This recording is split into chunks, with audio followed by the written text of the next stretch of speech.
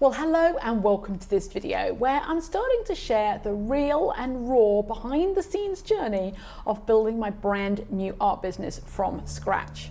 Now, officially, I started at the beginning of March, the 1st of March, and here we are nearly at the end of the month. And I want to be talking a little bit about things like artist procrastination, turning points, decisions I've made, creating a clear vision for myself, and the resource that I'm using to enable me to go from total scratch to dream art business. Hello, my name's Sophie Mahir. If we haven't met before, I'm an art business coach and a professional artist. And on this channel, predominantly, I've been sharing art business related videos. So please make sure you subscribe for more of those because they are definitely coming. With every step that I take with the business, I'll share tools and resources and tips and tricks and how-tos that I'm using myself. But also follow me if you're intrigued to know how I'm going to build the business. Oh, and I'm going to be using my very own artist resource, my Art Biz Success Path that I created a while back for my membership. So at the moment, I'm using it as a tool to not only get where I want to go with the business, but I'm also going to go through it and make notes on it and see, is it relevant? Is it doing what I want it to do? Are there some things I could take away from it, some things I could add in? So I'm kind of reviewing and upgrading it. Can you get your hands on it right now? Not right now. The membership is closed and I probably will open it again. I'd like to open it again.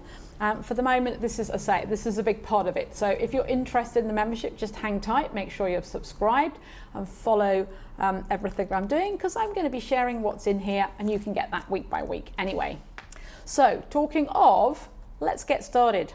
So the beginning of March, I sat down and decided to start my own art business. So I had to put down the weaving and it's like, okay, this is exciting. I'm going to start a business. I'm starting from the very beginning.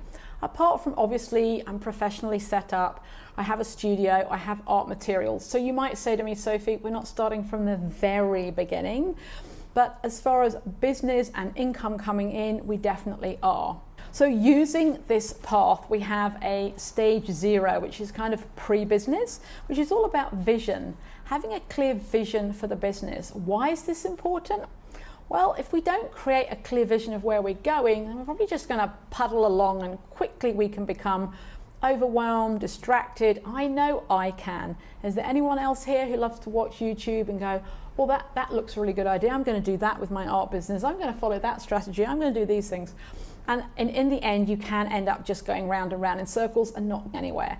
So for me, it's really, really important to sit down and think about where do I want to go? What do I want to create out of my art business? So I've just done a rough kind of paragraph and it goes like this. This is mine and you can do yours at the same time or in a minute. So mine is pretty simple really. I want to create a full-time income from my art with a 6-figure plus business with a good proportion of that coming from passive income. I'd like to move into a larger studio than the one that I have now and on the ground floor, somewhere with nice surroundings so that I can run workshops, exhibitions, open studios on a regular basis. And it's easier for people to come and go, including myself, because there's a few steps here. And basically I want to create a flexible and free lifestyle that enables me to travel whenever or wherever I want, and of course have lots of fun and adventure along the way. Now as I write this, I can actually see it. I can see, I visualize the studio that I'd like to have, I visualize the kind of surroundings, I can see myself working, traveling to a conference, to somebody else's workshop, to deliver a retreat. And here's the thing about creating a vision. Now all we have to go is, well, I'm here and this is where I want to go. What are the steps that are going to get me there? All right, there's a few clues in the vision there. Well, the bigger studio probably means we need more income coming in. Probably also means I need to have my eyes open and ears to the ground and looking for buildings. I know that I want to be making 6 figures from the business, so I need to get things up and for sale, right? I can also do things like run workshops and have exhibitions. These are all things that I want to be doing in my big vision, so I might as well get some of those going right now. And creating the flexible and free lifestyle is probably going to come a little further down the track once I have these stepping stones in place. So my question is, what's your vision, right? So when you've watched this video, please take the time to just sit down with a pen and paper and just write down where it is you want to go. It's so easy to skip this, right? Oh, I'll do that later, Sophie. I'm too busy over here. I promise you, you'll be much more strategic. You will save time. You'll definitely save money if you get that vision done first. So this is part of my step 0 on the path, is creating the vision. There's a few other little things in there that I've done as well, like getting professionally set up, like looking at my working space, creating a bit of a creative practice, what I'm going to be doing to get my creativity flowing. One of the decisions I made this morning, actually, before shooting this video, I started a 100-day project. I'm not great at doing these things. I should know myself better. It's great to get me started, but now I'm finding it's a bit of a chore. So I've decided to just stop doing it because it's our life, right? And this sketchbook that I was using for it is a real mess. It's not one of those lovely sketchbooks with all nice spreads that you can go, ooh, and oh, that looks lovely. There's no mess in there. The sketchbook for me really is a place you can make a big mess, right? There's some real corkers and stuff in here. There's a few things that are interesting, but basically I was looking for what topic I wanted to be painting.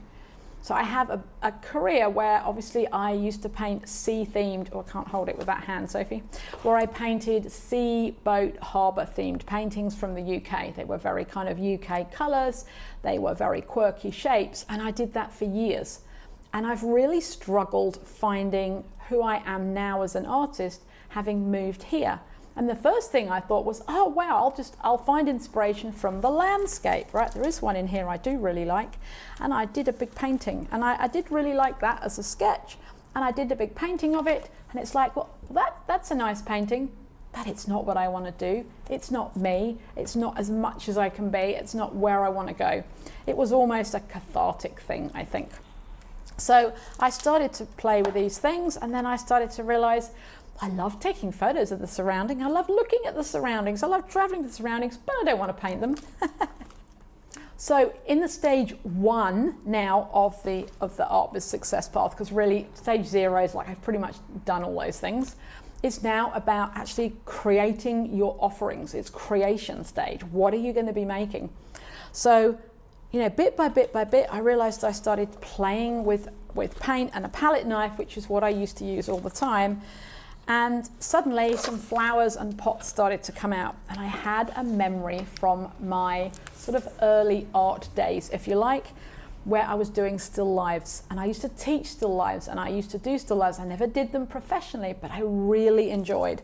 And I thought, what if I just delve into flowers and still lives and objects that I have around me? And there's 2 great things about this from a business perspective. Number 1 is it's got to be something that lights you up. I talk about that on this channel all the time. Please don't paint something because you feel you ought to or you think it's going to sell. All right, you have to paint from the heart what you love. And I'm just loving this floral thing. It was like, oh my God, I feel like it's a whole fresh expression. I don't have to go and try and pull something from a landscape around me. So that's number 1. It has to be something that lights you up. But I also thought about it from a business perspective. All right, part of what I want to be doing here is creating an online presence, creating an income globally. So you don't really want to be painting your specific area, because the only people who are going to really buy art of WA is probably people who live in WA, right? Very small market. But if you paint something that's a universal topic, you can easily sell it worldwide. And I don't think that really had sunk in. So it was like, oh, this is great. This is a win-win. So this was really nice, because previously when I've tried to paint again here in lovely Australia, I've got stuck at that topic. I've started painting things and it's like, well, these are okay paintings, but they're not what I want to be doing. And then I found that that's been a really big challenge, and that stopped me moving forward. And so I've just stopped. But now I just want to persevere, and I want to push through, and I want to really paint what I love, what lights me up. And right now at time of shooting, and I can't promise that in a month's time I'm not painting something else, but we'll see, hopefully not. I'm really enjoying the freedom and flexibility and the shapes of the flowers and vases, and I started bringing things into the studio, pots and all the things that used to inspire me before, but strangely I didn't paint. Anyway, so there we have it. So when we look at March in terms of painting, I've spent most of it procrastinating. Here, I'm going to put my hand up. Who else is a procrastinator? Who's a member of the procrastination club? Here's what I've been doing: tidying up the studio, reorganizing the paints in a paint trolley so I can find the colors. Useful but not essential. All right, obviously doing some business things, and then I feel like feeling obliged to do something in here has become a bit of a procrastination strategy, because I'm thinking, oh, I should do this so I can post it on Instagram, rather than this is what I want to do. I've done all sorts of procrastination. I've gone off to other places and made appointments, and I filled my time so I didn't have to come in here and deal with the biggest challenge, which was finding what I wanted to paint. So if you can relate to any of that, please put your hand up and let me know in the comments. And at the end of the day, you've just got to push through it, right? And one day I just woke up and I thought, just get down there and push through it. And this is where the flowers came out, and it was like, oh, such a relief. I feel like I've got through, feel like that's a tipping point, has moved forwards. So in that process, of course, I've been working out a lot of what I like and what I don't like. So if you're stuck in the same place, you use one of these books and start drawing and painting and looking and observing and working out in other people's art history around you. What do you like? What do you not like? And somewhere I've got a book actually, which I made a while ago, with cut out kind of vision pictures, things that I liked, like the shape, like these colors. And when I got it out the other day, they're all still lives. I just laughed my head off. I thought, this is so funny. So yes, working out what you do and don't like is really important. In terms of style, I feel like I just have this go-to. I use a palette knife, I use a brush, I use acrylics, I use mediums, and I've just allowed myself to just muck in and do all of it. So what I'm doing at the moment, it's fun, it's wonderful, I love it, and it's flowing, but we're only one painting in. So by the next time I report back in, I'm hoping that I will have a few more that I can actually put on screen and show you. Okay, so back to the creative offerings that we're doing in terms of a milestone, in terms of the Art Biz Success Path. So what you want to be doing is creating that first product or service that you're going to be selling in terms of your business plan. And of course, I assumed it was going to be the art. But then I sat down the other day and I've made another big decision, and I thought, well, hold on a minute. Actually, that's not very sensible, Sophie. Let's move the things around that I want to do. So I have 3 products or services that I predominantly want to be selling in this business.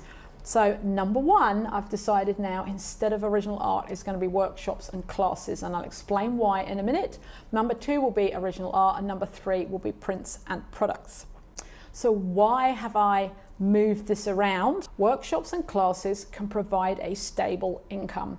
And if you are, like myself, experienced teacher, you're used to running workshops, you're happy running workshops, this is a real quick win.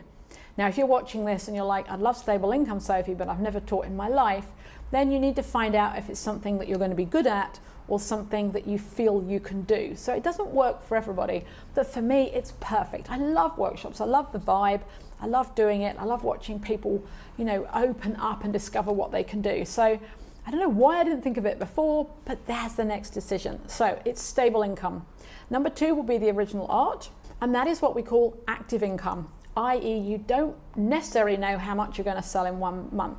You can do exhibitions, galleries, open studios, art fairs, sell online, but it's not as easy to say, right, I'm going to make 5,000-6,000 a month from my art.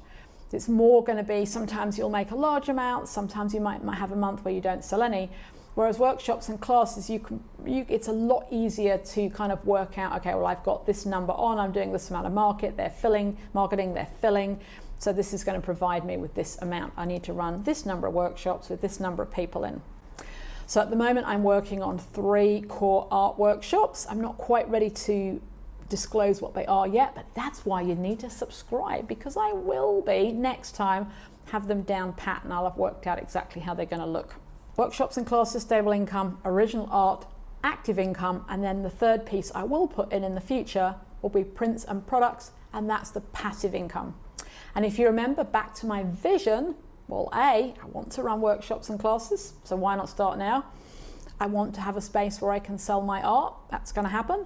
But I want to have a good percentage, maybe 60, 70% of the business as passive income or recurring income or something I'm not having to work at every day. So prints and products are obviously going to fulfill that part. But we can't do those yet because we haven't got art. We haven't found out what people like. We're nowhere near ready for that. I also talk an awful lot about the island principle. So message me if you don't know what the island principle is, or post a comment below this video.